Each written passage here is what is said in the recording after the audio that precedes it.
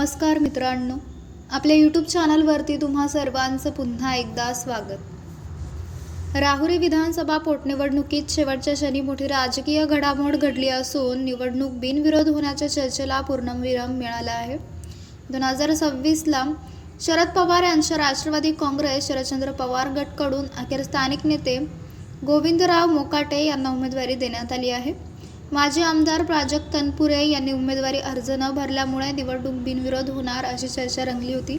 मात्र अर्ज भरण्याच्या अखेरच्या अर्ध्या तासात राजकीय समीकरणे बदलली आणि मोकाटे यांनी अधिकृत उमेदवारी अर्ज दाखल केला.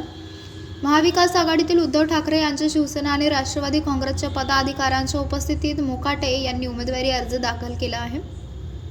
त्यामुळे आता राहुरीत थेट लढत रंगणार आहे. दरम्यान भाजपाकडून अक्षय कर्डिले यांनी उमेदवारी अर्ज दाखल केला आहे. ते दिवंगत नेते शिवाजीराव कर्डिले यांचे चिरंजीव आहेत. यावेळी भाजप प्रदेशाध्यक्ष रवींद्र चव्हाण आणि राधाकृष्ण विखे पाटील उपस्थित होते. अर्ज भरल्यानंतर बोलताना अक्षय कर्डिले यांनी वडिलांच्या अनुपस्थितीची खंत व्यक्त केली. माझ्या राजकीय प्रवासाच्या सुरुवातीलाच साहेब माझ्यासोबत नाहीत, हे दुर्दैव आहे. मात्र गेल्या अनेक वर्षांपासून जोडलेल्या कार्यकर्त्यांना आणि जनतेला मी एकटे सोडणार नाही, असे त्यांनी सांगितले.